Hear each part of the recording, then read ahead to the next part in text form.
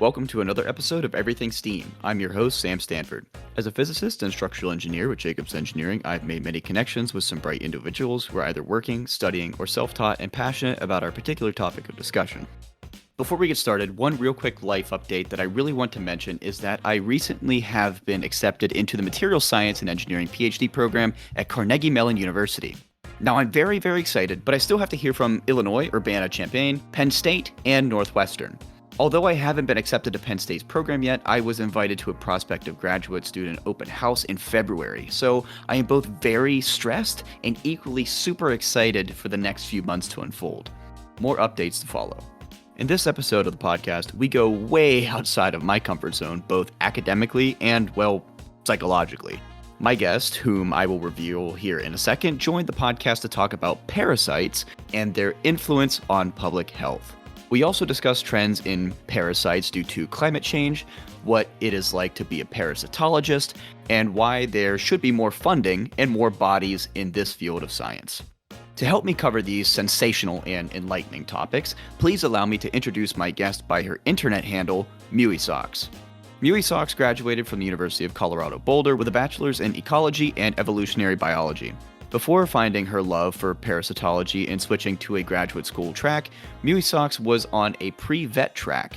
She worked as a veterinary technician for several years during school and a year post-graduation.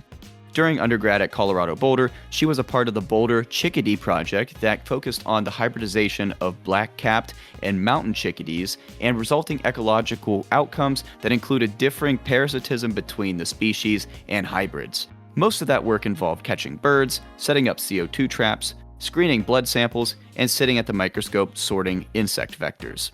As a PhD student focusing on population health, her lab focused on researching a breadth of wildlife disease parameters. Her work focused on ticks and tick-transmitted parasites in wildlife with some attention on parasitism in mammals. The day-to-day included a mix of microscopy, fieldwork, and PCRs. Mewysocks started making TikToks about parasites while in grad school, but became much more serious about it after taking a step back from grad school. She inevitably fell in love with science communication, not only because of making content, but also because it has been a way to stay connected with her work and interests in parasites beyond mosquitoes. So, now that you've been introduced to my guest and the topic of this podcast, we're going to head into the first segment where we plan to give you a brief introduction to the science of parasitology. Enjoy. Mew, welcome to the podcast. How are you? I'm good, and I'm happy to be here finally. Yeah, we talked about this a few months ago, and some things happened, and I'm now in a different country, and maybe going back to the States here in a week or so. I have no idea what's going on, but yeah, I'm recording from my hotel room in Krakow, Poland. So just bear in mind, whoever's watching or listening to this, that we might have a technical difficulty here and there. I'm not sure, but we'll see how it goes. I'm also not using my mic, so it's not going to be as crisp as normal, but we're going to make it happen. Character. It'll be good. Yeah, right. So today's episode is going to be about parasitism, parasites, all that fun stuff. The stuff that makes your skin crawl, maybe, but hopefully by the end of this, you gain a different appreciation and you're like, oh, it's not all that bad.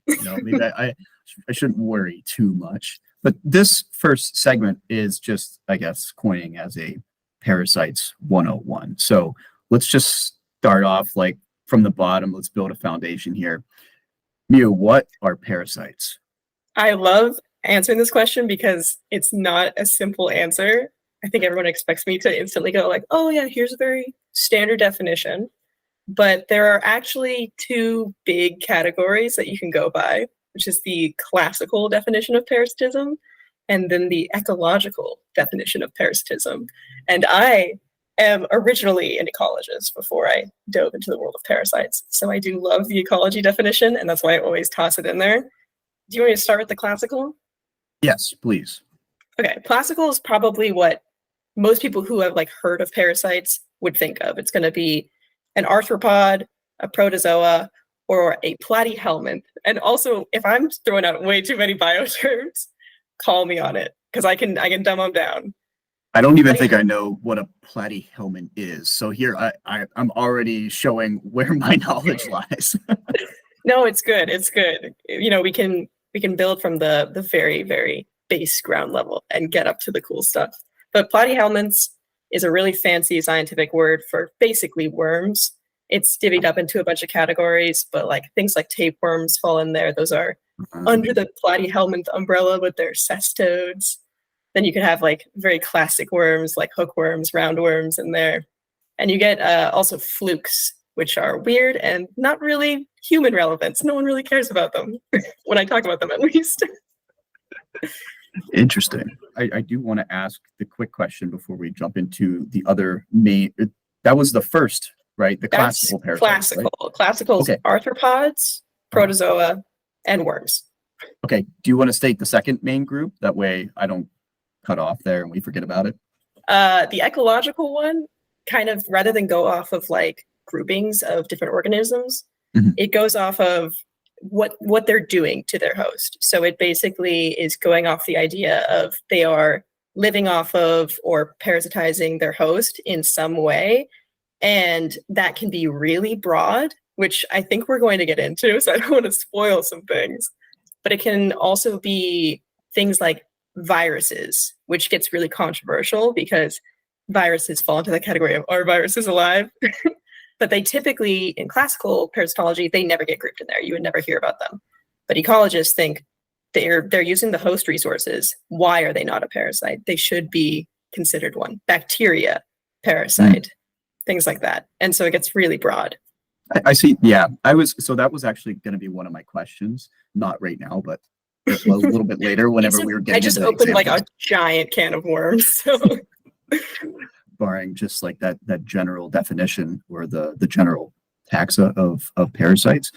So are parasites all bad, or can you also expand that into parasites that are doing good things? Because like, I don't know, it seems like they could use the hosts by just cohabitating and being neutral, or doing bad things, or doing maybe good things.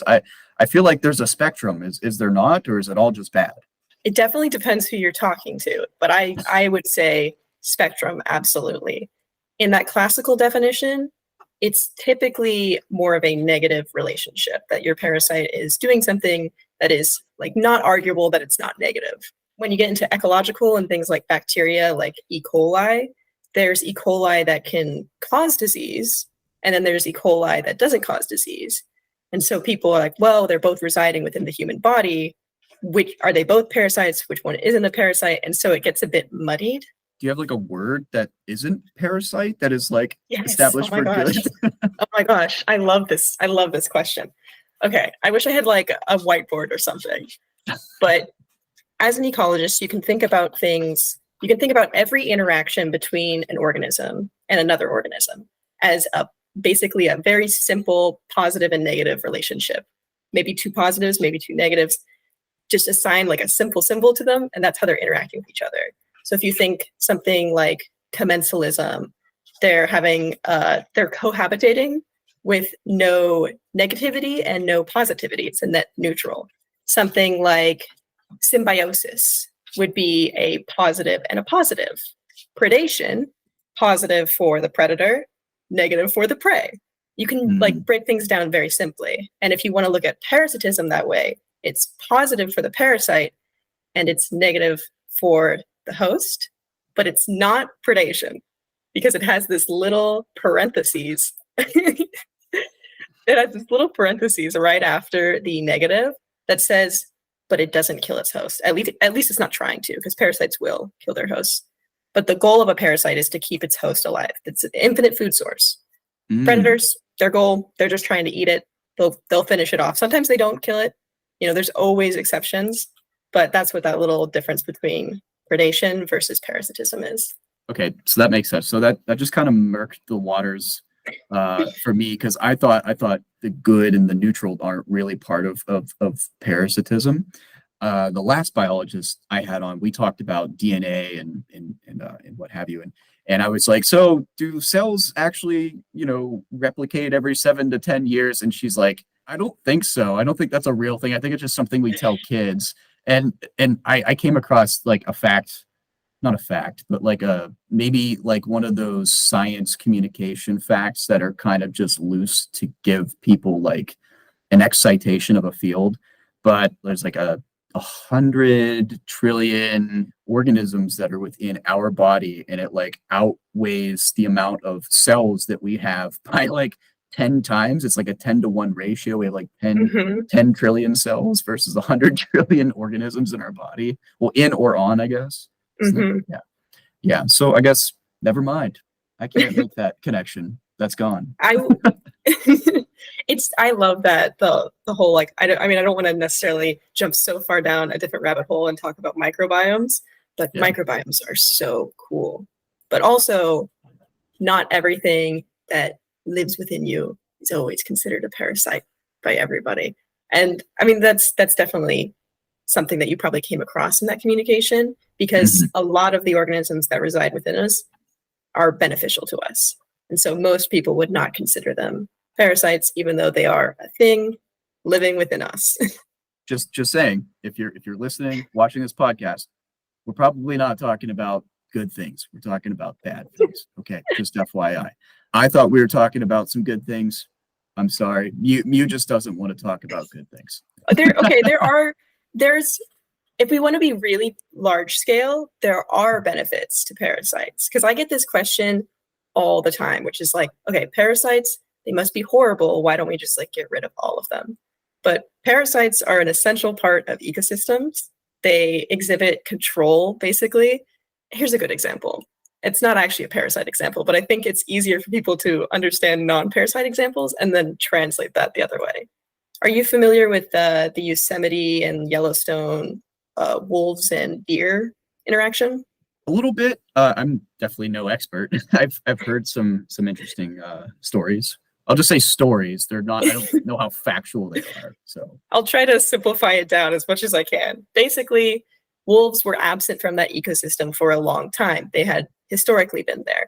The deer population had gotten out of control and was overgrazing a lot of the fields and vegetation, which was actually causing harm to the ecosystem. It was causing erosion issues, and the deer were becoming overpopulated and, dying off from different things like disease and things like that. You reintroduce the wolves, which prey on the deer, and it actually brought the ecosystem down into a more stable place where wolves keep the deer population in check, but the deer population doesn't go extinct. They continue to graze, but in a healthy manner. C'est la vie, everything is in balance. Parasites fill a similar role. They help keep populations in check. Certain animals would explode if they didn't have parasites. And parasites are there as basically a regulatory system. Yeah, and I'll make a quick parallel just so it kind of like sits with some people. You could think of the wolf problem as you would as a shark problem, that top-down predator effect, where it's taking out, it's kind of like weeding out the weak in a lot of circumstances, where you have fish that they're not as efficient as others in their particular group, so they're more easily caught. They don't spread bad genes. I don't want to sound like I'm saying it has bad genes, maybe like less beneficial to the group. It's a fitness thing. It's a fitness thing, exactly. Yeah. So it's kind of like a fitness check. Yes, so exactly. I was trying to make some sort of a parallel. Hopefully. Yeah, though it's kind of like a bit dirty, and I think people don't like to think about that concept, but it is like essential for a healthy population of animals that like these parasites are in there and kind of like weeding out negative traits that would otherwise explode in the population and cause even greater losses than the losses from the parasite. Right. That's assuming, though, healthy levels of parasitism, because there are also unhealthy levels of parasitism that are also indicative of an ecosystem that is out of whack. That makes sense. That's the technical term, out of whack. So before we move into why we want to talk about parasites, I'm just curious, do you have some sort of a number that you could assign? Like ballpark of like the amount of parasite species that we have like in our full tree of organisms? Like, what do you think it kind of makes up there? Is it as big as what you would imagine, or is it not as big as what you would imagine? I would imagine. That's a very big question. Sorry. Yeah, I don't have a number, like a raw number. It's definitely bigger than what most people expect.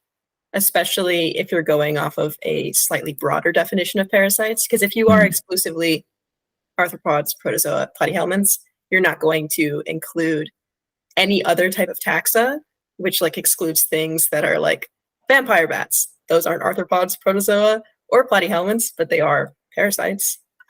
I could have sworn I heard long ago in some early parasite lecture that there are more parasites that have independently evolved than like any other type of mechanism. Wow. I hate to like muddy this, but it's just depends I mean, on who you're ecologists were talking supposed to muddy it. That's my whole field. That's fair. Okay. So never mind. Scratch my question. It didn't have any meaning. So why do we want to talk about parasites? What is the reason why people are tuning into today's episode? At the very base level, I think they're super neat, especially if you're even vaguely intrigued by biology, because they have the coolest life cycles out there. When you're having an organism that uses at least one, usually multiple different types of organisms to complete its life cycle, that's cool. Objectively, okay. I gotta be honest, that's pretty cool. But also, I think a lot of people who have some general knowledge of parasites, like maybe they are aware of tapeworms or something like that, their immediate feeling is kind of like, oh, that's disgusting, that's kind of horrifying. And sometimes also people get a little bit scared. Like I have a lot of people that don't eat sushi because they heard that you can get tapeworms from sushi, and now they are like paranoid. And I think if you understand parasites, you understand their life cycle, what they are a little bit better, it actually makes you feel safer, because you're like, oh, I know that, the fish from this ecosystem is, raised well, and it probably is not going to have parasites, and I'm fine. And if I get a tapeworm, I'm not going to die. It's not the end of the world. I guess I was kind of privy to that as well. For a long period of time, just stayed away from sushi, but like, I feel like I'm pretty safe. I know some people in my field, like an old professor I used to work with, he doesn't eat sushi. That's just his personal thing. For me, sushi doesn't bother me so much. My big one is I will not eat vegetables that are unwashed. I will not do that. Interesting. I can't tell you how many unwashed vegetables I've eaten out of my garden. Please wash your vegetables, please. That is like the number one way that you will get toxo, that you will get worms, and water. I love how I'm like, no, I don't want people to be scared of parasites. But I'm also like, you've been eating unwashed vegetables? Yeah, worms. I wanted to bring this up if we were going to talk about the good, the bad, the ugly, and the neutral of organisms that live in and on us. Because have you heard about the hygiene hypothesis, where like people are too clean, and there's like the potential that it's like kind of affecting our immune system and our allergies and stuff like that? Do you buy any of that? I have heard that hypothesis. There is a very popular parasite that gets grouped in there, which is hookworms. This is my personal opinion because the science is still very, very out on this. I buy it to a degree, not to like a crazy degree where people are saying like, oh, it's the cause for all the world's troubles that we're too clean. But some of those hyperactive immune system problems like Crohn's disease, things like that, do seem like they could be mitigated by parasitic infection from very limited research that's honestly not the best. I want to put that out there. There was a researcher who, I believe it was asthma. He had asthma, and he was like, hookworms are going to cure my asthma. So he infected himself. Wow. Which, don't do that. No, don't do that. Don't take, that's a good point. He claimed that they cured his asthma. And that was kind of one of those root studies that was very wonky. Study is a strong word for that, honestly. I don't like that. That's not a good study. You can't put studies on yourself. Because now you're just self-biased there, or confirmation bias. And it's happened more than once. Oh my. There was the guy who gave himself H. pylori, but that one actually did go into real science later on. But like the initial root science was very, very scuffed. But the actual science that we have that is pretty legitimate behind the hygiene hypothesis, is that what you called it? Yeah. I'd never heard that term before. I've seen clean or hygiene hypothesis. That's what I've seen. Basically, many parasites, especially parasitic worms, which typically live in our gut, are able to suppress our immune system to a certain degree. That way they can, hide away and live and do their thing, do their parasite thing. And so with people who have very hyperactive immune systems, that's where the theory is basically, is that the suppressant of the parasite would suppress their hyperactivity and make it more level. But infecting people with parasites is very iffy because, what's the appropriate dosage? How can you regulate this? That's I guess to also add a little context, because I don't know if we gave the context, but like just jump into it. Right. I just said, have you heard about it? I guess like the argument is that for most of humanity's existence, we have drank unfiltered water and ate unclean things and licked surfaces we shouldn't lick for our entire life. And, you come in contact with good and bad things. And sometimes randomly they end up being good. And over a long period of time, you can kind of form some sort of cohabitation, like you scratch my back, I scratch yours with certain organisms. And the thought is, that's why it's a hypothesis, right? Yeah. That big hypothesis. That potentially taking away these relationships that we've built, indirectly over eating unclean things or drinking unfiltered things, might be a negative, but that's not true. I wouldn't take that and run. I just brought it up because I didn't know what Mew had to say about it. I think it's an interesting topic. It is, but there's also, the big counter argument is that we do not live in bubbles. It's not like we're not exposed to bacteria all day long. True. And very true. There's probably less to do with us not having as many gut parasites and more to do with our advancements in modern medicine, actually making us able to survive past infancy when we have conditions that don't allow us to eat gluten. I'd rather just live in a clean environment. I'll take my chances. I agree. I think people in unclean environments would probably say the same thing. I think we can speak for the majority of people that they would not want to just drink any sort of water that they come past. But anyways, so okay, sorry, off topic. We're back on the road. We were talking about why we need to talk about parasites. You said they're cool. I totally agree. But what else do you got? And then whenever we're done with this, we're going to wrap up segment 1 and we'll keep this train rolling. Parasites are something that are very neglected in the research world, in the medical world, in the public health sector. I think I should preface that I'm looking a little bit more at the classical parasite description, so those arthropods, protozoa, and the worms, rather than everything, because viruses do get more attention, but typically our classic parasites tend to be affecting people who are poorer, living in third world countries, and it gets swept under the rug a little bit. And that isn't always because it's intentional, but instead it's literally a lack of awareness. And so I think it's very part of why I love talking about parasites so much and like informing people is that a lot of these things are something that no one was really aware of. And so it kind of brings light to a situation in different countries or honestly in your backyard. Because like, it's not that, I'm in the United States. It's not that the United States is somehow parasite free because of magic or anything like that. There are parasites in the United States and some of them do get overlooked. Are you aware of, not to like always go back to hookworm, but hookworm is so good, but are you aware of the South's history with hookworm? No. So hookworm is a primarily human parasite. There's different species, but this is human hookworm.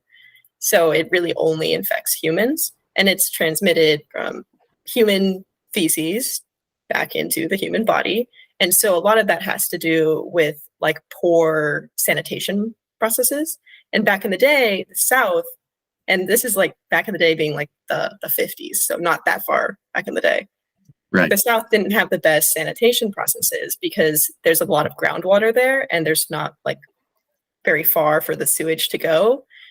And if you come in contact, I might have to go into the whole hookworm life cycle. It's very neat. But basically, if you step in contaminated soil, that's how you get infected. You don't actually have to consume it. It goes through your feet usually. It's very cool. Very cool life cycle. Maybe not cool for you. Extremely cool for me. But because of that, many people in the South were having, especially poorer people in the South, were having these really heavy hookworm burdens. And hookworms feed on human blood. When you have less blood in your body, it's hard to work. It's hard to kind of, be at your best, right? Yeah. This actually caused the whole idea and the misconception that Southerners were lazy and were just sitting around all day because they were infected with parasites. So they were physically fatigued. And that has carried on to today, where there are misconceptions about people from the South, they're uneducated because it's historically coming from a place of parasitism. And so I think knowing about stuff like that really makes you take a step back for a second and go, I'd made a joke about silly Southerners or something.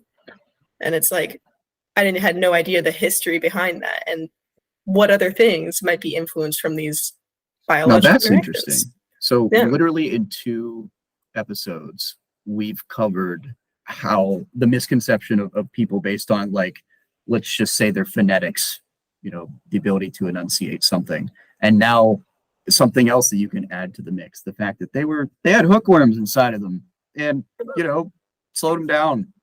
Physically had less blood. Okay. So there you go. If you're saying bad things about Southerners and you listen to this podcast, you should really check yourself at this point. Southerners are really getting a bad rap for reasons outside of their control.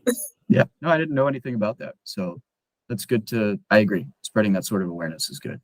For you or for any of your listeners, if they want to know more specifically about that hookworm South interaction, I think it's PBS did a fantastic documentary about it. So shout out to PBS. PBS is my 3rd degree. A minor in PBS. I think so. Yeah, PBS. I give you a lot of views, so you should think about that. And, you should get a maybe PBS reach out to me. Yeah. How does Parasites? I'm curious, since we're talking about why we want to talk about parasites. How do they help us understand how animals, humans in that mix, obviously, and the environment intersect? Do you want to go over that? Yes, yeah, and I'm going to try to come at it with an approach that isn't super technical, because I think that's a bit of a technical topic. Do you remember food webs? Yeah. So food webs don't include parasites, typically. But in actuality, if you were to make a realistic food web, they would. There's some scientists trying to do that. Good luck to them. That looks very difficult, because where do you put them? But basically, a lot of parasites are multi-host, meaning that they will go through different life stages using different hosts. We could use toxo as a really good example, because toxo is pretty well known by most people. It falls in that. This is Toxoplasma gondii, by the way. I'm using its big name. If you're a true cat person, you should probably listen up. Toxo is one of those parasites that I think, not that everyone knows it, but if you know a couple parasites, it's probably one of them. But we can go into it later. But Toxo will use feline hosts as well as basically any other mammal host. And so to understand toxo, you have to understand the interaction between the cat in the system, whether that's a domestic cat or a large-bodied cat like a lion, and literally every single animal, every single mammal. Toxo is wild. And by understanding, what hosts toxo is getting into and how it's getting back into the cat, that can kind of elucidate the interactions between the cat and those animals, because that's actually showing, even though it's a parasitism relationship, we're talking about parasites, it's actually showing also a predator-prey interaction, because toxo is spread through trophic transmission, which is when you eat an animal. I'm getting too technical. Mm. And there's other parasites that are, using different types of transmission, like fecal oral and things like that. And in order to see how those are transmitted, you have to better understand the system as a whole. Everything's interconnected. This is my like Charlie Day from It's Always Sunny. Like, I've got the board. You know what I mean? Yep. It's all connected. Yeah. Okay. So that makes sense. So we need to know parasites to better understand the food web, the interaction of the ecosystem. And to That makes understand sense. parasites, you have to better understand the animals. You can't have one or the other. Yeah, that makes perfect sense. So the last thing that we did have bulleted before we jump into break is that public health awareness for things like Chagas and various tick-borne fevers. Do you want to talk about that? Yeah, I think we can talk about it more specifically later on, because I think Chagas is something that we both really want to dive into a bit.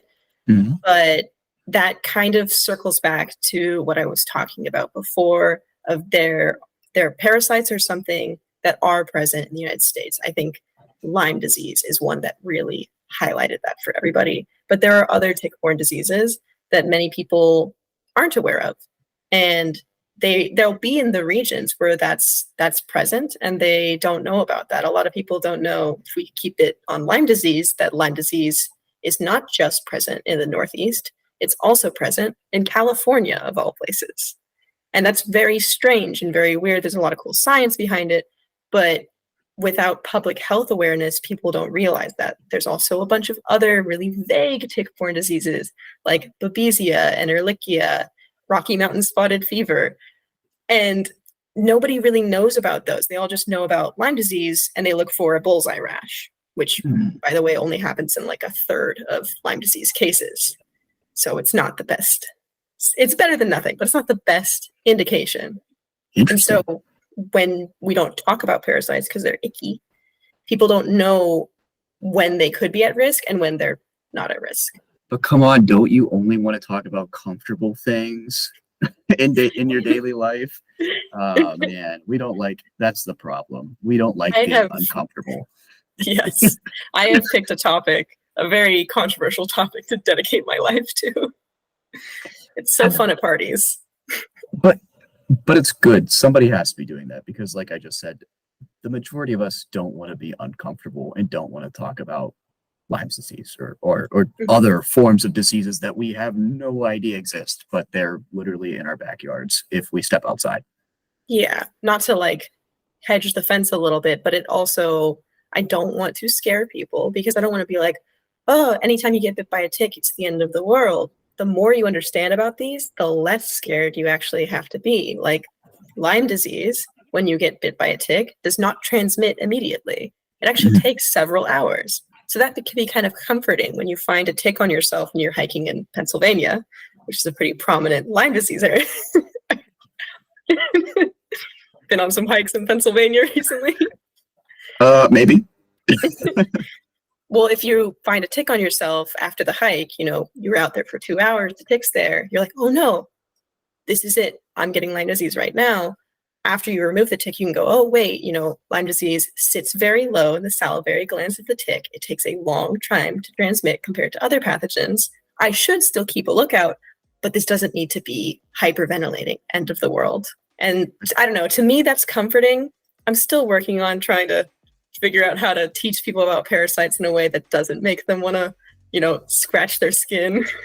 Oh yeah, what is that phobia? I don't remember what that phobia actually is, but there's like a true phobia for like where you feel like things are crawling on your skin. Not with parasites, but just in general, just bugs on your skin or something. Oh, darn. Yeah. I'm gonna have to look that up, and I'll say it whenever we come back from this commercial break. So when we come back, segment 2, we're gonna talk about, and I'm gonna get this right, from the taxonomy of parasites, we're going to talk about classical parasites when we come back. Yes. So stick around. Okay, we are back. This is segment 2. And then I already forgot about what the phobia was. I think it's entomophobia. Yes, entomophobia. Yeah, the sensation of things crawling or underneath your skin. So yeah. Anyways, so this segment, we're talking about classical parasites. And since we were kind of on the subject of ticks and Lyme's disease, we might as well just like kick it off from there. And Mew, if you want to, I guess, add to what you've already talked about, please be my guest. I would love to. I think it's worth mentioning too, in my PhD, ticks were my focus. So they're very near and dear to my heart, even though most people hate them. Not Lyme disease, though, actually. But Lyme's disease is not, Lyme itself is actually not a classical parasite. What a great start. Oh, well, darn. You should have stopped me. I might get it wrong. I believe it's a spirochete is the word, but it is a bacteria that is spread by ticks. And so since the bacteria doesn't get considered typically a classical parasite, but ticks are a classical parasite. So Lyme disease gets grouped in with like the vast majority of parasite research because it's this, flagship tick-borne disease. The tick that spreads it, so the real parasite, to get controversial, there's two of them. Well, there's actually three. The one that most people think of is Ixodes scapularis, which is sometimes known as the deer tick or the black-legged tick. That's the one that you're going to get in the northeastern United States and parts of Canada and also in the southeast, but it's different down there for different reasons. That's because they all got hookworm. It's the hookworm. It's because they have lizards. It's a weird thing. So Lyme's disease is not a human specific pathogen. So it doesn't just affect humans, even though we mostly talk about that. It's actually a zoonotic pathogen, meaning that it exists within wildlife and within humans, and there's spillover. It's been in the United States for a long time. The animals that we typically associate with it are deer and mice. I didn't know mice. Okay. Yes, mice are a really big part of it. So ticks, this is a large chunk I'm realizing. I'm going to have to give you tick background. I'm going to have to give you dilution effect background. It's going to be great. So most hard-bodied ticks, which is what you would think of for pretty much every tick, they go through different life stages. So they're eggs, they're nymphs, eggs, larvae, nymphs, adults. It's been a minute since I had to think about it. And they usually take one blood meal in between each life stage, and then they molt and they become, adult tick or nymphal tick. They feed on different animals during those life stages. Small ticks, so larval ticks, will go after mice. So the mice come in.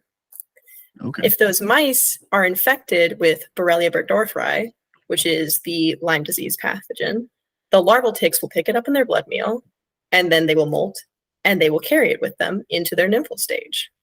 But it don't carry it over. So this is probably important to mention.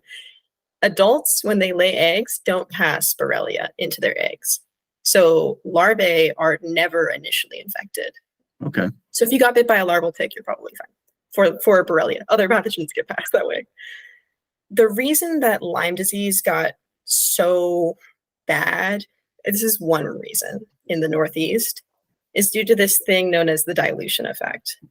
If you think about how we build our suburbs, we really enjoy keeping like a really thin strip of woods in between all our houses because it's pretty, right?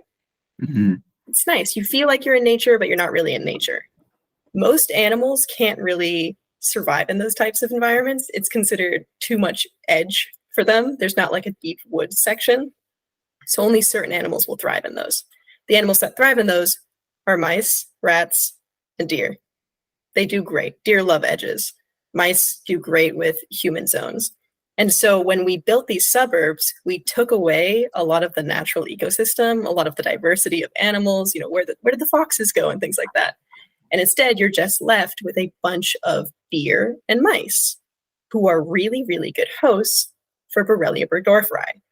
So it ended up causing a boom of Borrelia within the ecosystem, which now all these ticks are picking up Borrelia from every single animal.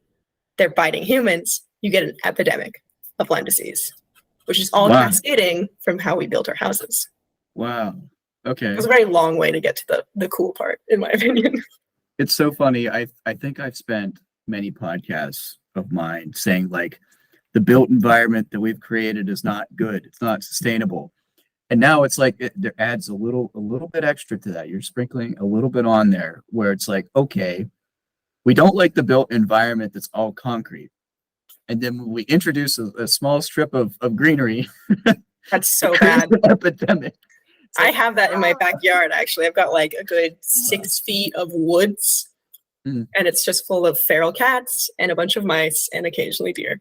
But if there's actually like a counter theory to the dilution effect, which I won't go into too much. A lot of times we also think of diseases like zoonotic diseases like Ebola coming out of the jungle. And the jungle is typically a very diverse place with lots of different animals. So that's the counter theory, is that when you have a lot of different animals, you would have options for all sorts of crossover and mutation. It's probably both are true for different pathogens and different systems. The system that we created just Mhm. caused the epidemic. That makes sense. To just like really clarify what the dilution effect is, because I kept throwing that word or that phrase around. It is the theory that if you have a healthy ecosystem with a vast diversity of different animals or hosts for ticks or mosquitoes, that would dilute the number of good hosts for tick-borne or mosquito-borne pathogens, therefore causing less disease. So by having lots of animals, not every single one is a good host, and therefore your tick's going to feed on everything. It doesn't care. It doesn't know which one has Lyme disease. Mm-hmm. It's less likely to get Lyme disease and spread it. But if you have a small diversity of hosts, and those hosts are going to be good vectors for the disease, you end up with an unhealthy ecosystem. Is there like a common solution to that? at least to the suburbia, I have a strip of woods in my backyard. Is other than saying let's just change suburbia, is there like anything that like has been pitched as an like any ideas out there? The solution is don't build the strip of woods. It's better, instead of making these patches and these edges, to just have a dedicated large wooded area that can be public space, that can be near your houses. That's great. But like make it something that has deep forest within it. It can't just be like a thin strip. Yeah, there's no good solution, unfortunately. This is why you just educate people on how to identify. Yeah. Yeah. Are you only planning on talking about Lyme disease, or do you want to touch on any other, or are you good? You want to move on? I think the only other one that I would love to talk about, and it's much more simple than Lyme disease, is alpha-gal, which is also not a parasite, but because it's spread by ticks and ticks are parasites, again, it gets grouped in. This one also gets a lot of attention in the United States. I mean, I'm United States based, so I think a lot of my tick knowledge is more based here. But alpha-gal is the name of a sugar that you find, alpha-galactose, in red meat. I think we talked about this in our little pre-interview, not to break the illusion, but alpha-galactose is a sugar found in red meat. And basically, this is a disease known as alpha-gal that's being spread by the Lone Star tick, which is different from Ixodes scapularis, the Lyme disease tick. It's found in the south rather than in the north. It's primarily Texas, hence the Lone Star aspect. It also has a dot. Basically, this tick will feed on red meat animals, pick up that alpha-galactose, transmit it over to humans, and you'd go, okay, well, what's the disease here? It's just got sugar in it. But the science is a bit weird. We believe it's causing an immune reaction. It's stimulating some kind of immune response. And for some reason, our immune system is targeting that alpha-galactose and basically creating an allergy to an extremely common sugar. Ooh. And it's all residing from a tick bite. Ooh. Yes, it's brutal, actually. I am much more worried about getting alpha-gal than I am about getting Lyme, which might be a controversial opinion for people who have Lyme. But alpha-gal means that you cannot consume any type of red meat. You can't consume food that has come in contact with red meat. So if you go to a restaurant and they use the same pan to cook your potatoes as they did a steak, Oh man. you will have anaphylaxis. You'll have a severe allergic reaction. And some Wow. people, it lasts for their whole life, and other people, it goes away after a couple years. Wow. Okay. It's brutal. It's relatively new as far as like tick-borne pathogens go. I mean, Yeah. we've known about it for several decades, but that is new in the field. Yeah, I've seen a few videos and stuff bubble up about it, and that's whenever you and I had chatted and you brought it up. I'm like, oh, that's what I've been hearing about. You'll Yikes. usually see something like, this tick will make you allergic to red meat, or this tick will make you vegan. I was just about to say that. I was gonna say, well, I guess the way we fight conventional farms is just give everybody anaphylaxis. I have in the past when I did my tick work, Mhm. it was kind of like many of my coworkers were just like, yeah, you're gonna get alpha-gal. I did not get alpha-gal, but a lot of my coworkers did. Wow. Because it's just so common, and unlike Lyme disease, it does transmit very quickly. No, wow, that's crazy. I hope somebody's throwing some funding at that, because Oh, they are. there's a lot of red meat lovers in the United States. So This We is don't also want that. happening in like Texas, which is kind of Oh, a red boy. meat capital. it is, yeah. Yeah. It's lunch and dinner. Okay. So moving on. Mosquitoes. We wanted to talk about mosquitoes, I think just malaria, not all of Yeah. the other. Okay. Yes. Mosquitoes transmit so many pathogens. They're the only thing that beats out ticks pathogen wise. Aren't they our second greatest threat? Like human second greatest threat? Yes. Maybe I got that wrong. Yeah, I think malaria alone cracks the top 5 of deadliest human diseases, and that includes things like tuberculosis. My gosh. So, Wow. yeah. You're making John Green really mad right now, because I know. I mean, good on him, but like I think tuberculosis it beats out malaria depending on which species of malaria you're looking at. Oh. There's 2 big ones. I think it's important to note, and maybe we didn't talk about this. We were planning on talking about this, so maybe spoilers. I'm not sure. Just because mosquitoes carry a bunch of pathogens and kill a bunch of people doesn't mean that we should just eradicate them, right? Yeah. They have major implications to the ecosystem. Like, one is obviously like being a part of the food web. Their larvae get eaten by fish. Mm-hmm. And And their larvae prey on other things. They help keep populations in check. yeah, And then also the parasite aspect, keeping populations in check. Pollinating. yeah, there you go. Something that I always think about when people, because mosquitoes are the big one that everyone gets like, let's eradicate them. There have been some strategies for local eradications of the sterile insect technique, but historically, we're really bad at eradicating things.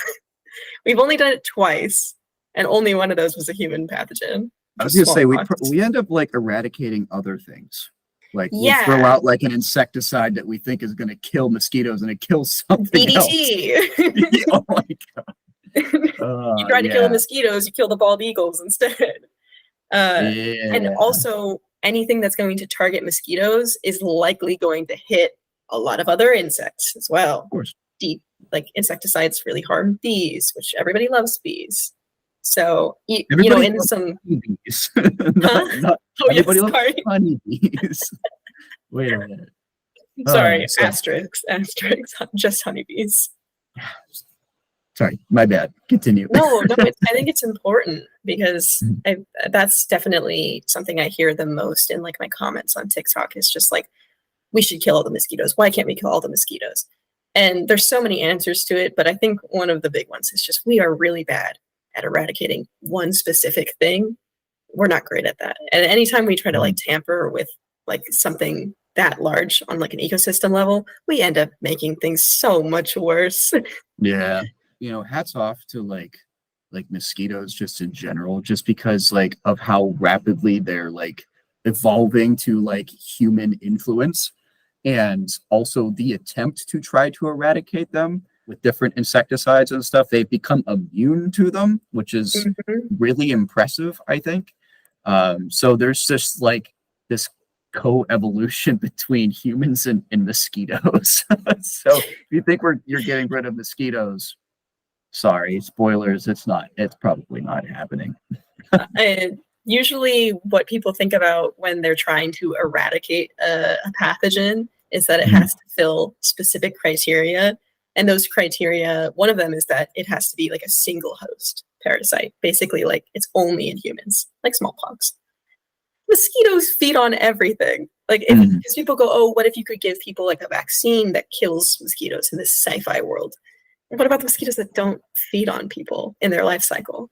You know, not because like they never feed on people, but just because that time around that mosquito didn't feed and it still reproduces. You're not going to be able to target every single mosquito. It's physically not possible. So you're saying I could potentially make a lot of money by writing a sci-fi book where there's a scientist that develops nano robots that can attack mosquitoes on the attempt of sucking blood. Okay, okay. Fight parasites with parasites. There we That's go. I think you're saying that as a joke, but that actually is a real strategy to fight mosquitoes. Oh, okay. There's a parasite called Wolbachia, and there are some people who will use Wolbachia and like engineer it. It's very very theoretical. It's only been applied a couple of times, but they will give it to mosquitoes. They'll infect them, and the idea is that the Wolbachia will prevent them from getting infected with things like malaria because it will like compete. Ooh, I might interesting. be dumbing that down a bit too much for anyone who's a Wolbachia specialist. But That's really cool, though. That's really cool. So, the nasty part about malaria is that like once you kind of get infected with it, it also opens you up to just the continuation. Like it attracts more mosquitoes to then continue yes, to. Yeah, yeah, that's wild. yeah, we see that a lot actually. Like parasites, their whole goal, every animal's goal is to reproduce. Yeah. And so parasites do that just in really neat ways by making you, especially vector transmitted parasites, so parasites that use another organism to live, like ticks and mosquitoes. I'm talking about the parasites within the ticks and mosquitoes. Those are vector borne, not the mosquitoes themselves. Mhm. It's like a Russian nesting doll of parasites, honestly. A great But analogy. yeah, Next one, and we already gave a bit of a prelude to it, and that's Toxoplasma gondii. So, yeah. I guess I Uh, should probably introduce what the parasite is. It's an intracellular protozoan parasite. It's just so everyone is imagining, it's not a worm. It's living inside your cells. Very cool like that. And in its natural sylvatic, like poster child life cycle, it would be a wild cat and some type of wildcat prey. Usually a mouse is what you would imagine. Let's start with the cat. Cat's infected with toxo. It's living inside of its cells. It's just doing its thing. That's where it reaches sexual maturity. It reproduces. It passes its oocyst, which is it's kind of similar to like an egg in the feces of the cat. Rat comes along. Yum. It's probably actually eating things that the poop are on, not the poop itself, but it consumes those oocysts. In the rat, it does something a bit different. It will infect every cell pretty much, as many as it possibly can. It goes through these like bradyzoite phases. There's also other phases as well. I don't have all the terms in front of me right now, so I'll probably be butchering it. But what it's trying to do is get from the rat back to the cat. It has to have the rat. That's an important part of its life cycle. It can't just go cat to cat. But what's the way it gets from rat to cat? It gets the rat eaten. So it does all these neat things, like making a rat more attracted to cat urine. Normally, the smell of cat urine would be like, hey, predator here, I should go away. But instead, when infected with toxo, the rat's like, cat urine here, I should hang out. This is a great safe spot. And that's all because the parasite's trying to influence it to do behavior that will make it get eaten. if you have a cat, you shouldn't be worried about it. But the fun part is like trying to figure out how much, like if I see here on this journal from the Journal of Science, right, it's saying that about 11% of people are infected with this parasite in the United States.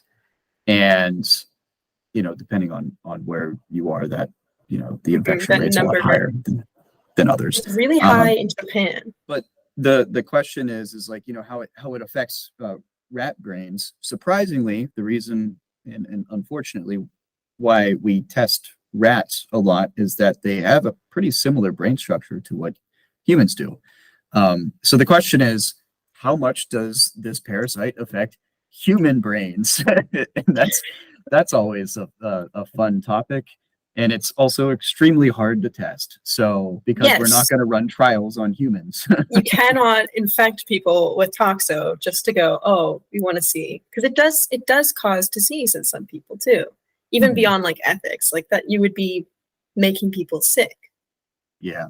The one thought is that there's a potential increase in the risk for schizophrenia in some people, but there's no definitive evidence there. There's no definitive correlation. If it is, it's really small. The And way like, those studies work is typically they're just trying to get as like the largest number of individuals possible to test. Ideally, a bunch of people with schizophrenia. Then how many of them have toxo? And also, if they can correlate, were they infected with toxo prior to being diagnosed with schizo or after? Because I don't want to like rag on the scientists who are doing that work. I do think, given the limitations of human research, that is important, and toxo does affect your brain. The theory with the schizophrenia aspect is that toxo actually, I can't remember if it's increase or decreases, but it alters our production of dopamine. And the interesting. production of dopamine is directly linked with schizophrenia. So there is actually some strong depending on who you are, there is some decent science behind this. This isn't just correlation. Yeah, and of course, I mean, whether it's positive, negative, or in between, it's still results. I mean, that's still good science, right? Mhm. I can read right out of here. It says that there's no direct result of toxoplasmosis, like infection. It's to schizophrenia. It's really low. How low it would be premature to put a number on it, but it appears to be kind of like on par with schizophrenia risk factors that you probably don't really worry about in your everyday life, like living in a city. So I think you should be fine, and you shouldn't fear having a cat. Yeah. And you should cook your food, and you should change the litter box. Wash your vegetables. And wash your vegetables. Especially if you got feral cats in your garden. Okay, cool. So Toxoplasma gondii, done. I think we're going to get into some different examples. The next one is vampire bats. Why are they a parasite? I recently just had like a discussion about this on my TikTok because I think it's fun to pose questions to people to get them to think about stuff rather than just always tell them the raw hard facts. And so vampire bats are not typically, when you think parasite, they're not there in your head. But when you think vampire bat, a lot of people did seem to come to the conclusion like, oh yeah, when you think about it, yeah, they're a parasite. So why don't they get grouped in then when we're thinking parasites in general? They seem to be excluded, and when you look at them more closely, you're like, oh yeah, sure, that's a parasite, but you wouldn't consider it. It's kind of due to that classical bias. I have a little bit of beef with it, honestly. The whole exclusion of just arthropod, protozoa, platyhelminths. It tends to be too focused, and it doesn't allow us to look at other systems and consider them. So people kind of get tunnel vision, because vampire bats, by all accounts, are parasites. They require blood to survive. They have specializations in order to feed on blood, which is all things that you would expect from a parasite, that they need this to live, that they have specializations to have them do it. Without it, they would die. They've got host selection. It's just that maybe because they're mammals, we tend to think of them separately. I found it very interesting just to see how people's cogs kind of worked on that topic, because most people were like, once posed with the question, are vampire bats parasites? They went, yeah, okay, sure, of course. but it doesn't come to the mind right off the bat. And that's because I think our idea of what a parasite is a bit limited sometimes. I'm still trying to think how I would classify that as being a parasite, because it does live off of blood of others, but like, can't you then start extending that in a way towards like things that just like need meat, are only carnivores and need meat of others to then survive? Because like, I don't know, it doesn't like cohabitate for the benefit of its survival. It just sucks blood and leaves. It doesn't like stick So do around on the mosquitoes. skin, or yeah, I know that's what I was gonna. That's the first thing that popped in my mind. Like, how could I make this argument? Because Because you're mosquitoes thinking, yeah, are parasites. because mosquitoes absolutely parasite. But you're probably Yeah. thinking for other blood feeders, ticks who like live on host. Yeah. And that's kind of like an idea that we all, it's these conceptions that we hold on to in our heads, that this parasite has to like live on or in the host for the majority of their life. Actually, ticks don't even live on their host for the majority of their life. They spend a lot of time off, just, molting, living their life. But vampire bats, I mean, the difference between them and a carnivore, if we go all the way back to the beginning of this, is vampire bats never intend, and in fact do many things to prevent their host from dying. They never have the intention of consuming their host, never have the intention of ending the life of their host, because that would be the end of a meal. They can keep coming back to the same cow over and over if they keep it alive. So all those anticoagulants, all those things like that they can use to make sure that they get their meal without ending the life are all aspects of a parasite, versus a carnivore has nothing to keep its host alive. Sometimes things get away or they live, but that's not a goal of it. Right. No, that makes sense. Yeah. Okay. Good. It's good to think about these things. Even something, when I first was posed with the vampire bat question, my knee-jerk reaction was actually no. I was like, oh, vampire bats aren't parasites. And then I had to take a step back and go, wait, why did I say that? That doesn't make sense. And chew it over and go, no, they fit all the criteria. It's just sometimes in our head, we have these made up boxes that we're trying to fill. I guess we also wanted to talk about another controversial parasite. The cuckoo. Please tell me your take. Are you familiar with what the cuckoo does? I'm going to take a stab. That they're birds that will infiltrate a nest. They'll lay their eggs and potentially toss out one of the eggs, or just lay an egg without knowing. I don't think they're also just cuckoo. I think that extends to like other organisms, correct? I think cuckoo is just like a word, like a descriptor, right? Cuckoo is a type of bird, but there are, I believe, other birds and animals that do similar practices.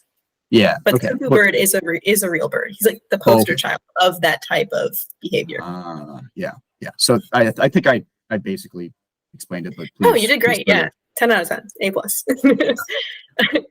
Yeah, the cuckoo will lay its egg in another bird's nest. It doesn't build its own nest. It'll lay its egg there and have that bird take care of its egg while it goes and does, whatever it wants.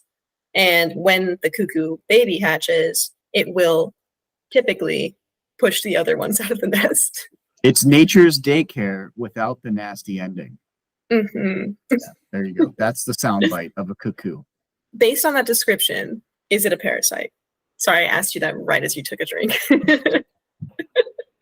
and for your audience too, chew it over. Would you, knee-jerk, don't Google it, is it a parasite? I want to say yes, just based on our previous conversation, just because it's taking advantage of the host in a way that it's not particularly, it's like to the benefit of it, I guess. Like, it's just daycare, dropping it off for so over many time, and then it hatches, potentially, hopefully not harming the others, but it probably does. We got to keep it kind of PG here, but it is taking advantage of the other host in that way that I think it's parasitic. It's interesting to chew on, though. I'll tell you the answer in a second, but I will give you the counter argument first, which is that the adult cuckoo, besides the whole egg laying aspect, doesn't require a host for food. It just is a normal bird that eats insects things like that, berries. I'm not actually sure what the cuckoo diet specifically is, but given its size, probably something like insects and seeds and things like that. So unlike a vampire bat, it does have other options for sustenance.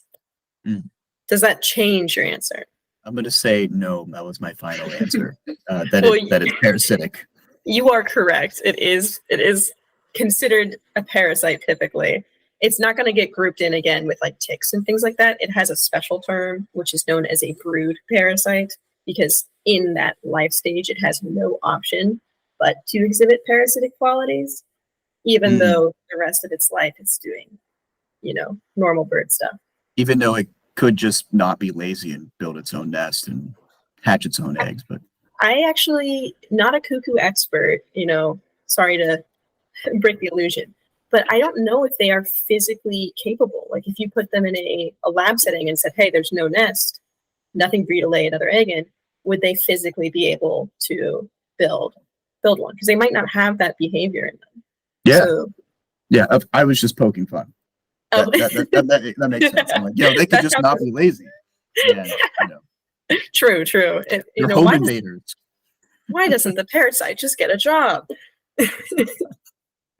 But it's one of those things where there's a lot of different categories of different types of parasites, like the brood parasite, that are atypical and really break away from that classical definition.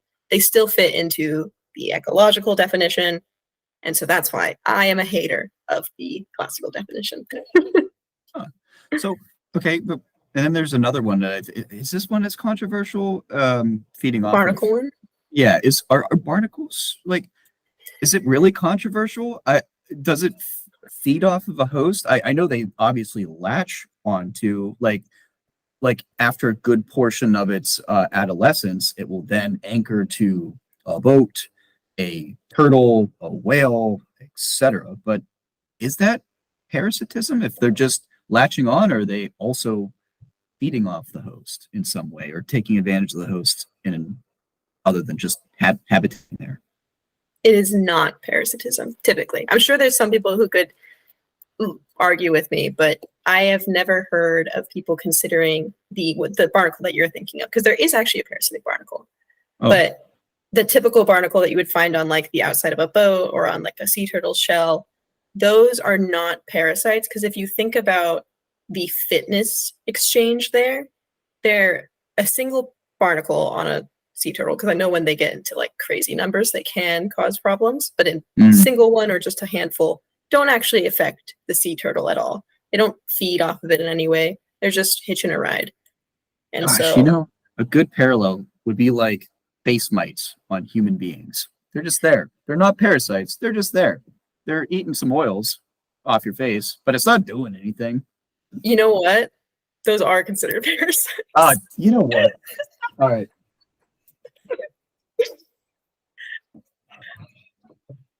This is Science. Dude, being an ecologist means that there's an exception to everything. I love throwing all these, like, right when you think that I'm going one direction, I'm actually going that direction, because ecology is all about, exceptions. But yes, face mites, because they eat human skin, they're feeding off of us, and they have to do that. They're obligate. Parasite. Even though we don't physically like experience harm from them, we don't get any benefit, and they feed off of us. Yep. Okay. Yeah. Never mind. Yeah, I know.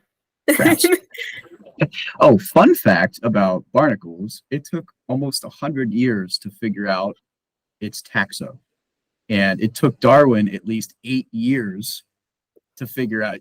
I think he was the guy that it finally clicked, but like the world's best like biologists had such a hard time with barnacles, and Darwin finally spent 8 years of his life trying to figure out how barnacles fit in the tree of life, and they got it wrong. They were all wrong. Yeah, completely wrong. Like, where were they putting it for a while? From a biologist standpoint, it was very wrong. Like, not just like, oh, it was in like a different like order or something like that. It was like in a different phylum, maybe. It was that wrong. Oh, like high I up, think they were right? plants. Phylum, class, I order, would not be family, surprised if they species. thought they were plants somehow. No, that. I think that was a fungi mistake, right? That where they, Yeah, that was. yeah. I don't know if it was that bad, but it was pretty close, right? Because fungi is its own kingdom, and I think phylum was in the wrong phylum, maybe. Mhm. Yeah, Well, so sadness. I did double check. Barnacles are animals, and they're arthropods more specifically. Okay, So same group. Mhm. Barnacle is more closely related to something like a tick or a mosquito. Nice, So classical parasite. nice. There is one parasitic barnacle though that does not look like a barnacle at all. It's actually so cool. Hank Green actually just did a video about this for like his spooky Halloween. He was doing like a bunch of spooky science stuff, and Oh, so why cool. not throw a parasite in there? And he threw in this barnacle parasite, which is called Saculina, that invades the inside of crabs and just it. You can find pictures of it. It webs out throughout the entire crab's body and just quite literally takes control of it. It's very cool. It also like will on female crabs, it will reproduce it like the barnacle will reproduce where a female crab would normally keep her eggs and will get the female crab basically to protect this barnacle offspring. Oh, that's Yeah. interesting. And it Okay, can also turn male crabs into female crabs. It's a very cool parasite. come on, you're making the frogs gay. I hate that I've said that at least 3 times in the last week. I'm giving someone PR that shouldn't get it. No, That's- it is so funny because it kind of fits there. yeah. Okay. So the last thing that we wanted to talk about that was an example of a parasite. You wanted to talk about Chagas disease, right? Chagas Mhm. disease. I'm saying that right. Chagas, like a Chagas. yeah. Chagas. Okay. I think I should preface with why Chagas is so intriguing to me right now, because it actually started as a parasite that I was vaguely familiar with, had learned about in several parasitology classes. The parasite is actually called Trypanosoma cruzi. Chagas is the name of the clinical disease for any nitpicky people out there. But as I was researching this parasite, I had come across some articles that I was using for some of my research that were pointing in a direction that I was a bit surprised by, which is that Chagas is typically considered something that you would see in South America. It's spread by kissing bugs, and it used to be quite widespread there. Fortunately, it's getting into more controllable elements.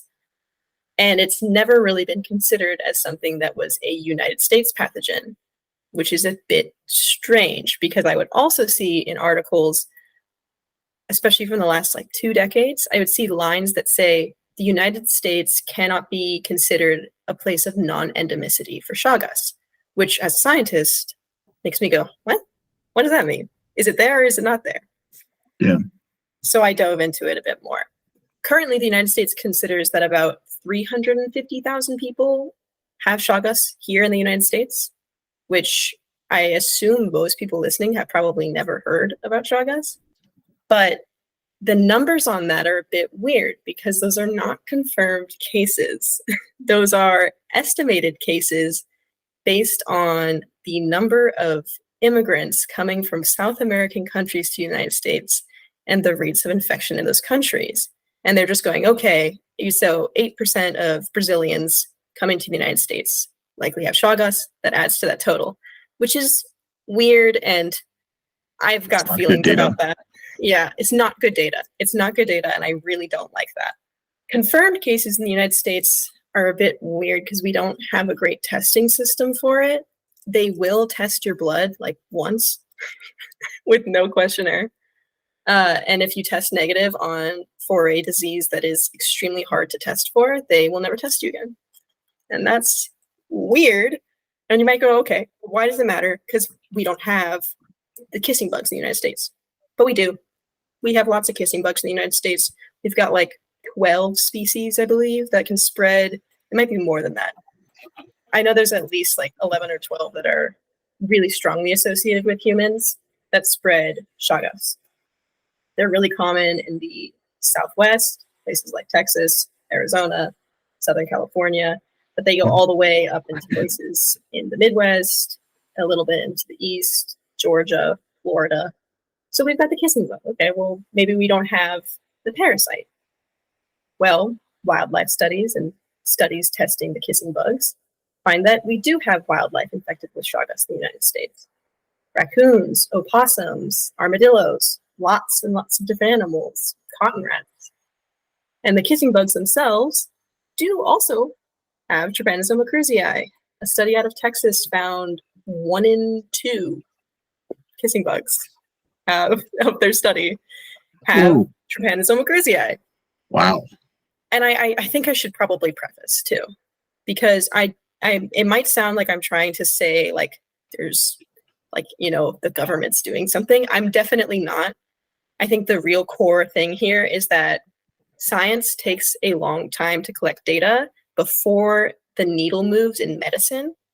And we are currently at a phase where that's starting to happen with Chagas. That's really, I think, the big picture I'm trying to paint here is that the science is pointing one direction and medicine is starting to shift that way. So not trying to be like, your doctors are lying to you or anything, because that is not true. Your doctors are doing their absolute best with the information that's available. Yeah, I don't think that's conspiratorial. I think it's what's actually happening. I want to be, fully transparent about how I feel. But basically, the picture that's being painted by a lot of the studies coming out is that we do have kissing bugs, we do have Chagas, and we do have wildlife maintenance of Chagas. So that's all that's there. And now we're starting to see some human cases be detected as well. There is like one caveat that might indicate why we might have lower numbers of infection of Chagas in the United States, because part of how you get infected from a kissing bug, there's a couple different routes. But the main route is that a kissing bug will feed around your mouth because they kiss you, kissing bug. And they do this while you sleep. And then they will defecate and pass the Yeah, I know. Oh, this is probably the nastiest one.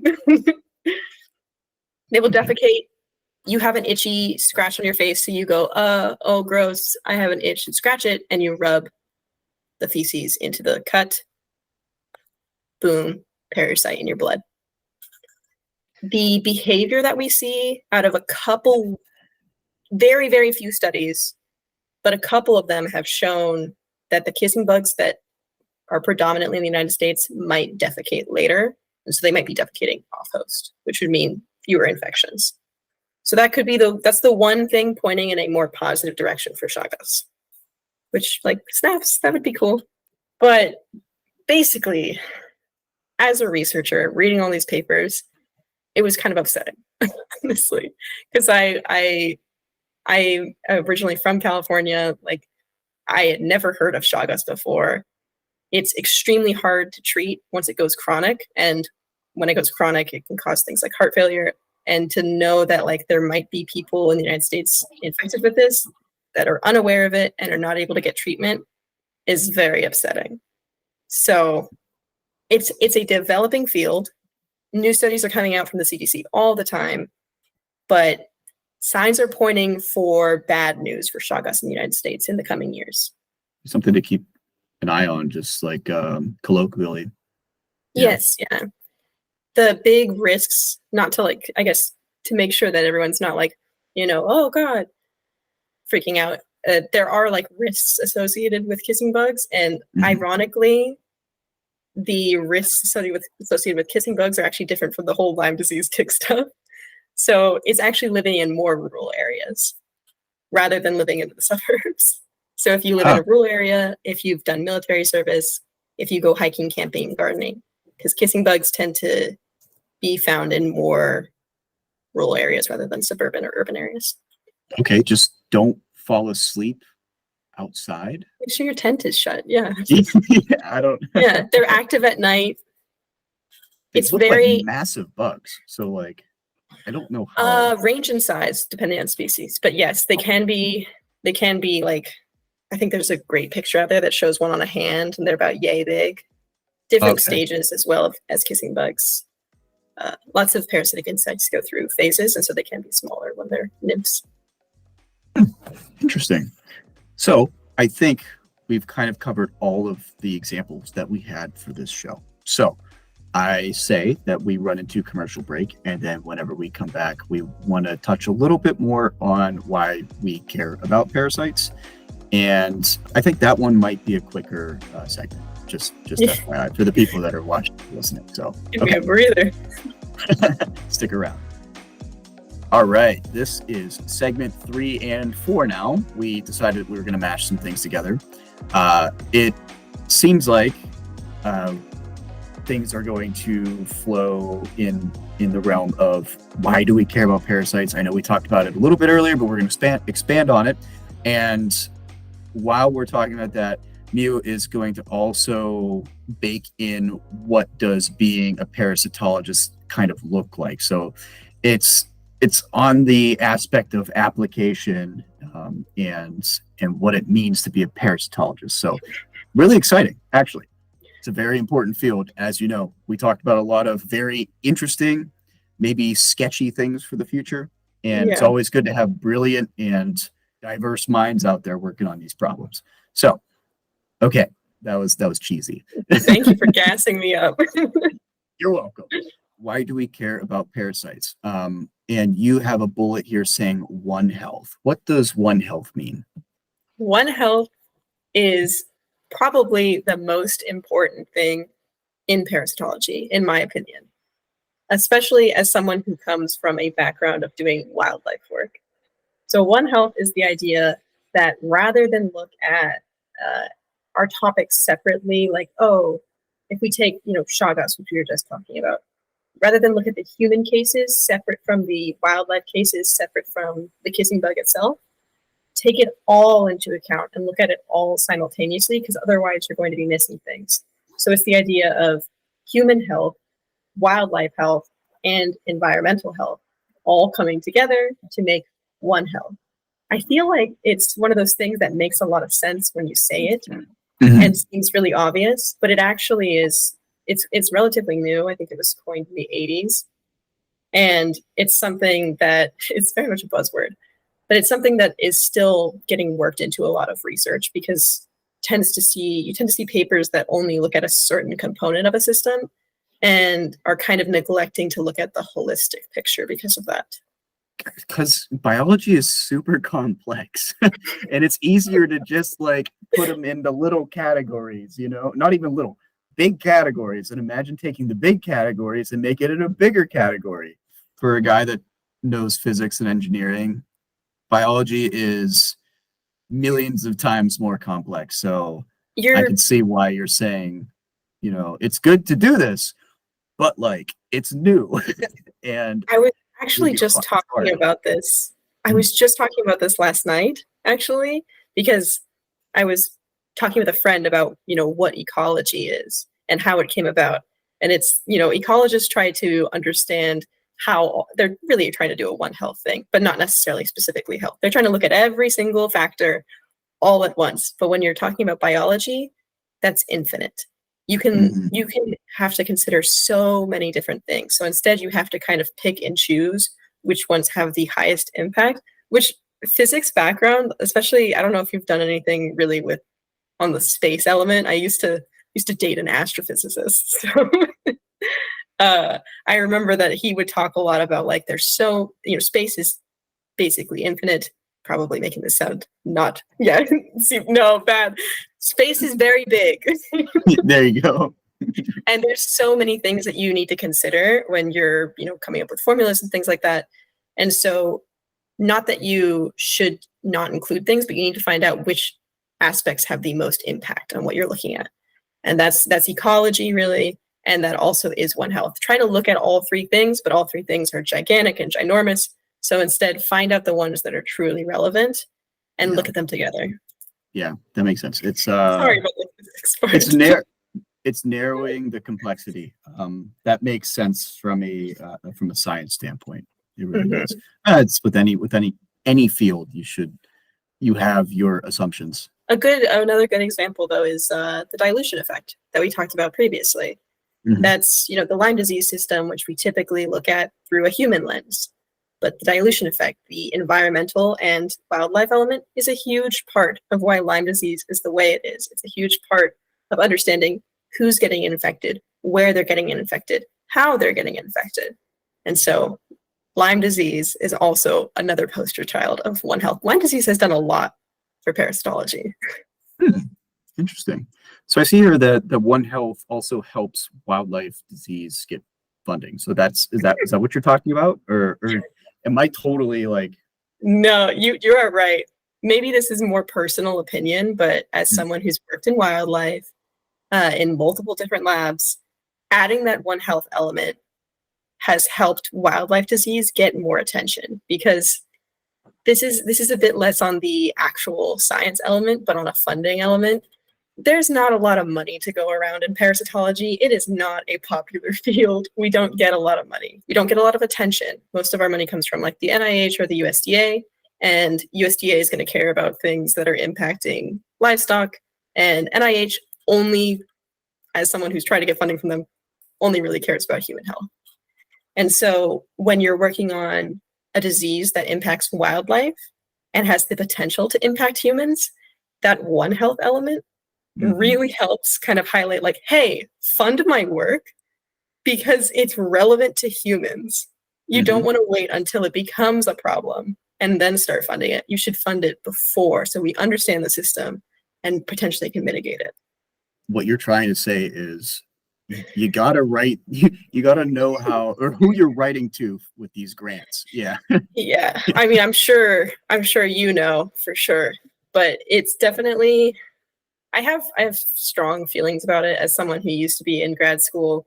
It can be it feels a little bit like pulling hair when you have to skew things a little bit for your grant in order to make sure that you're getting, you're hitting the buzzwords. As someone who worked on ticks, but I didn't do Lyme disease, I was heavily, heavily encouraged by all sorts of reviewers and, in any talks that I gave, to bring up Lyme disease, even though it wasn't relevant to what I was doing, but because it made people's ears perk up and it made them care. And then the idea is that hopefully then, once they're paying attention to me, I can keep their attention when I go and talk about hepatozoan. Unfortunately, that's how you have to sell it. But it is a reality.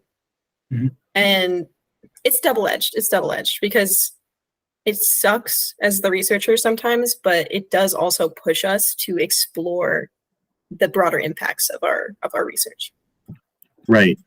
So speaking of research, we do want to talk about research implications with parasites. Yeah. This was, I just think, a really interesting topic to dive into just a little bit. It's not my field of expertise, just to preface, but there are interesting elements going on with parasitology research to look at them as like mechanisms for drug delivery, and also to try to understand like, how are parasites so good at invading the human body, at getting into our brain?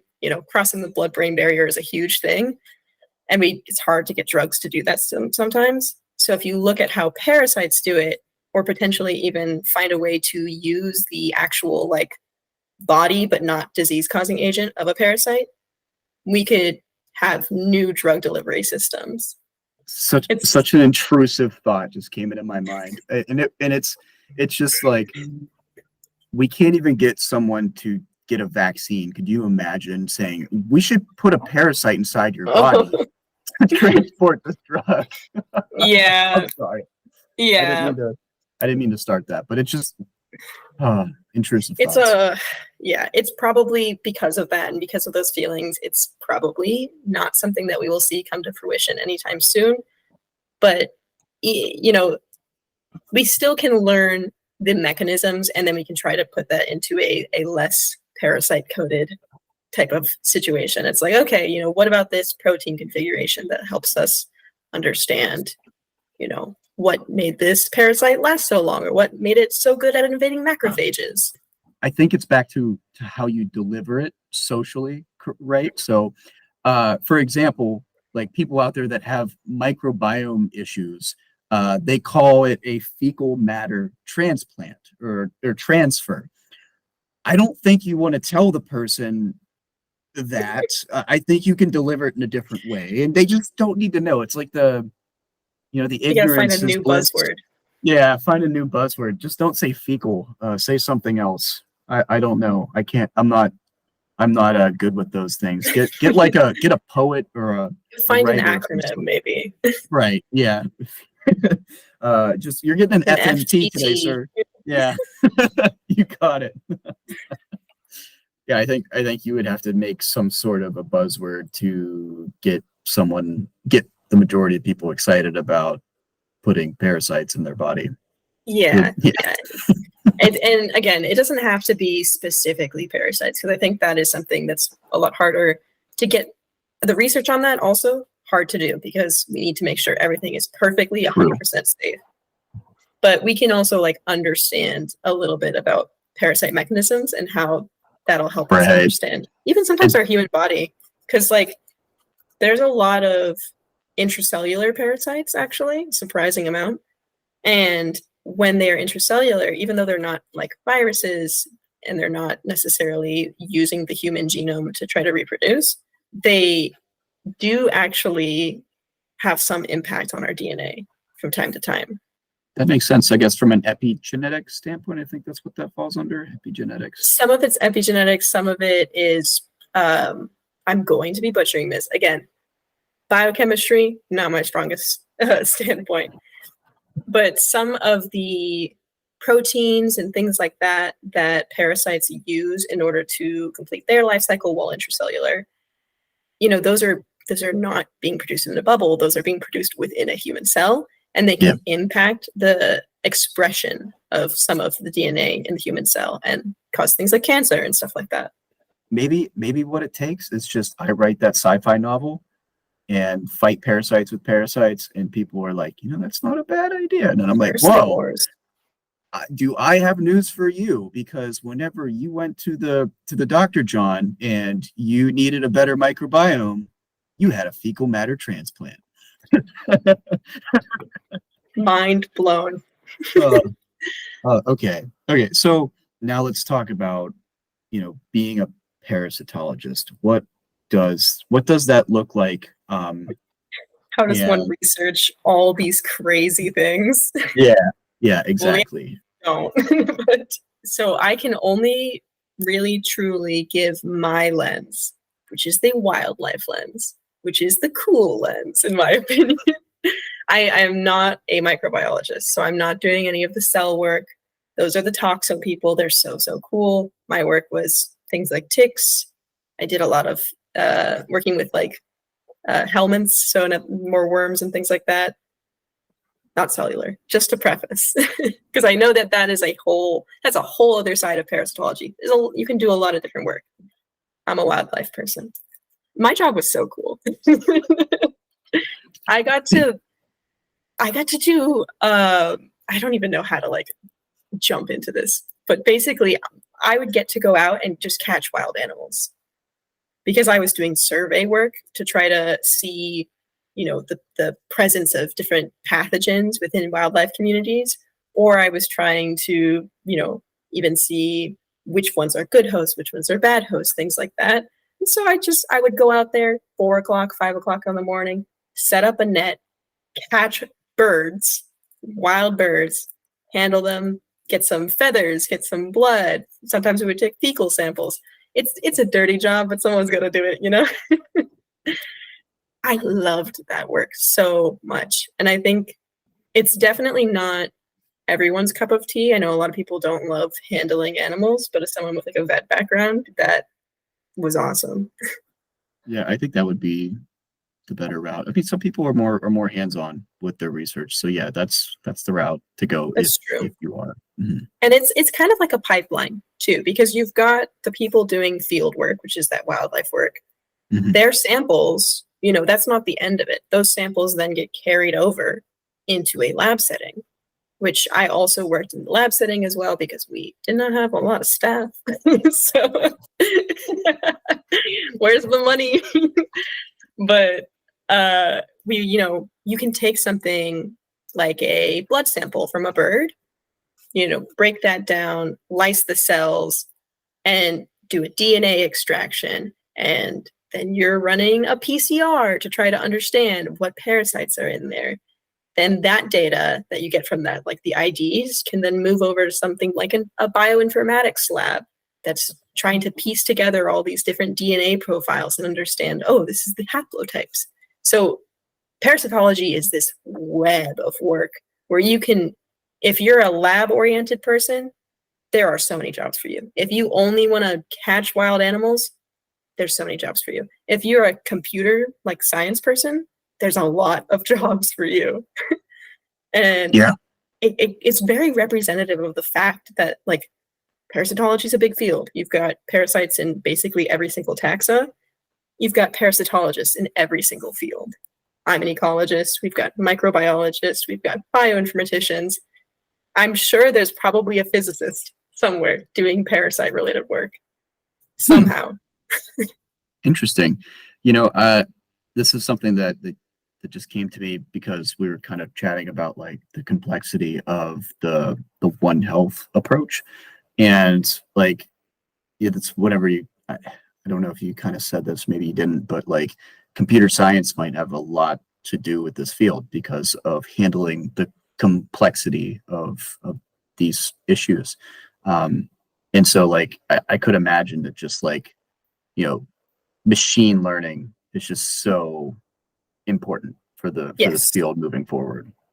Yes, definitely. In the disease ecology area, especially, there's a lot of modeling going on. Yeah. So, you've had people collecting parasite data for 40 plus years, these ancient labs, and they've got I worked in one of those ancient labs, so I can say it, but they've got records of like deer parasites going back to the 1960s.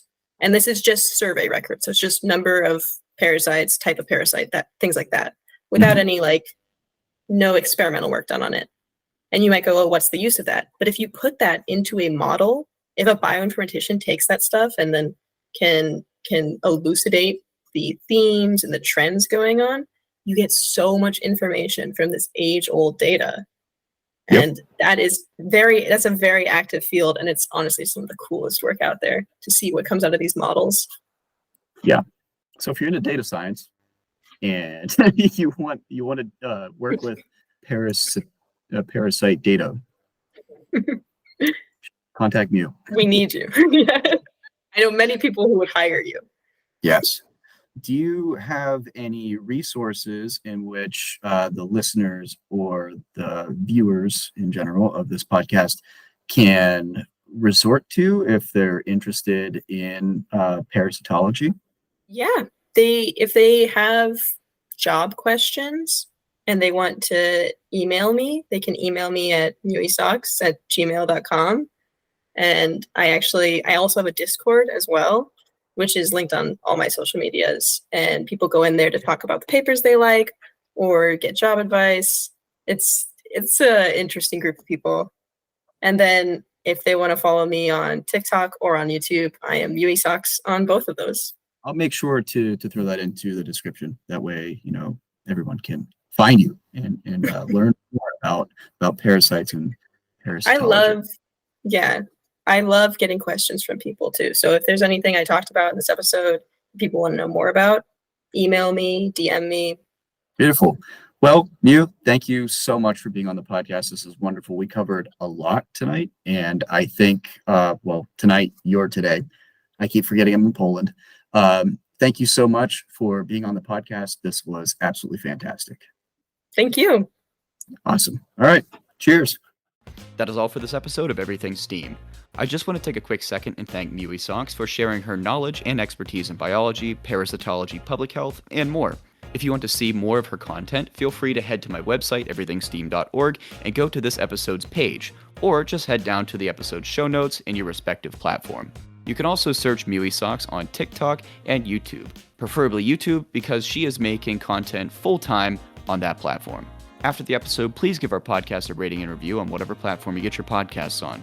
We're always looking for feedback, and the rating would greatly help us out in the fight against those algorithms. Lastly, be sure to check us out on all the socials for podcast news, upcoming episodes, and fun STEAM content.